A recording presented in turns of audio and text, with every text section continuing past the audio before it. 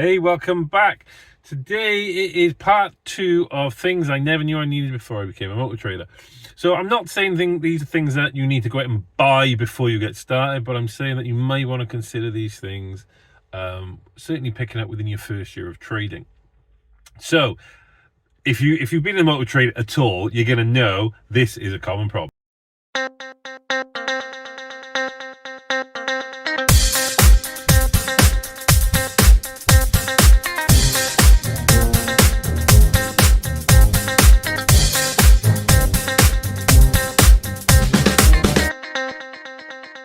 So you've had a car sitting for a little while outside, or you've just picked it up from auction and it's been sat on your driveway for a day or two or something like that.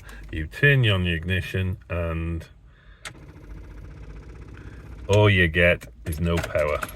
So what you need, obviously, right, you need a set of jump leads, and a good set of jump leads. These are industrial jump leads. I actually have these specially made. These are truck jump leads. So these will start an Arctic, but I use them on cars because you never have any lack of power, you never have any lack of transfer. So a good set of jump leads is one thing, but the one thing I want to talk to you about today, because that's an obvious thing that you need, is sometimes you have cars like I'm in a Range Rover, battery's flat, it's been sat here for a couple of days, and the reality is you might get this jump started, but it's not easy to jump start a Range Rover. There's so much power, so much tech in these things, that when the battery goes dead, it lasts about 2 weeks-ish if you just leave it sat there. So you might pick this car up today, you might have to jump start it, you get the engine running, you take for a little drive, there's enough power in it just to get it going. Your customer comes, buys the car, picks it up, off they go. They're not really doing enough journey to, like they might do school runs or shopping trips or whatever, but they're not doing enough journey to get that battery really powered up. And then let's say they go on holiday, they park the car at the airport, they're expecting to come home, put the key in the ignition and it start, and the battery will be flat. So as a good point of customer service, you need one of these. Now I'm a sucker for a box, as my wife will probably tell you. I love keeping things in boxes. This is a battery charger. They are not expensive. I'll find one, I'll put it on the screen.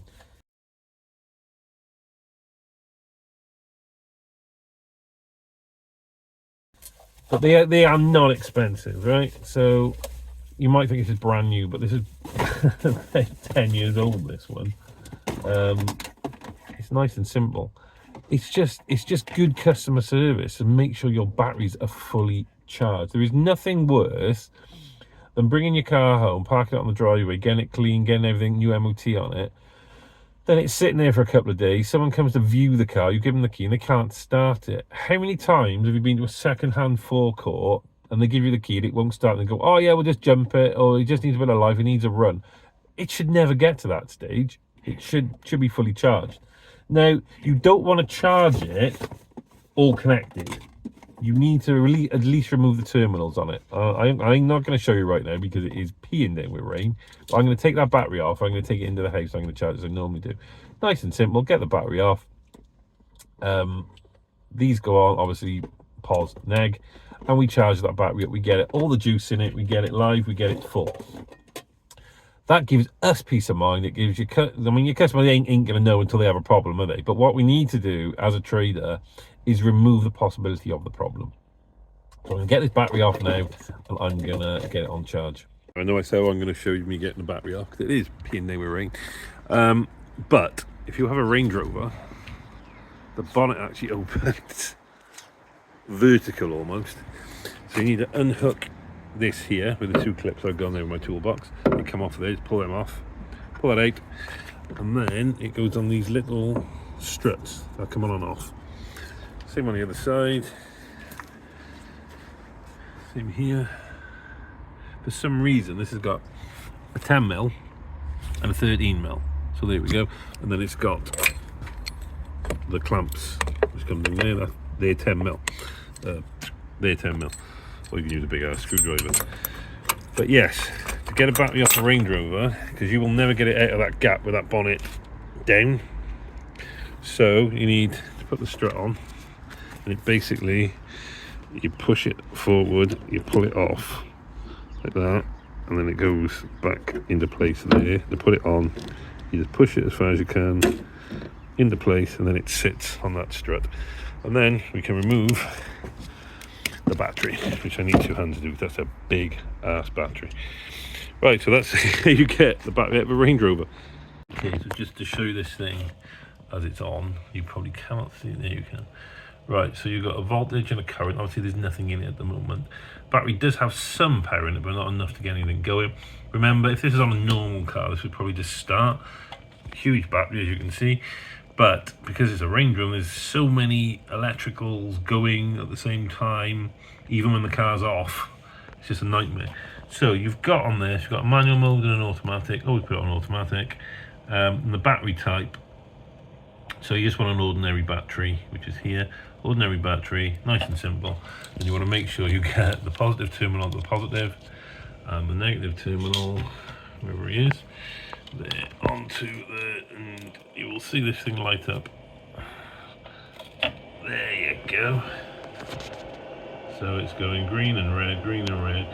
And when it's fully charged, it will just be green. You can see we've got the voltage of 13 and a current of a steady 12. So there we go. So that is now on charge. I will leave that overnight on this one because it's such a big battery, and then we'll put it back on the Range Rover. Okay, she's been there overnight. You can see it's not flashing anymore. That's the flashing light saying it's going. Battery is full. We have got,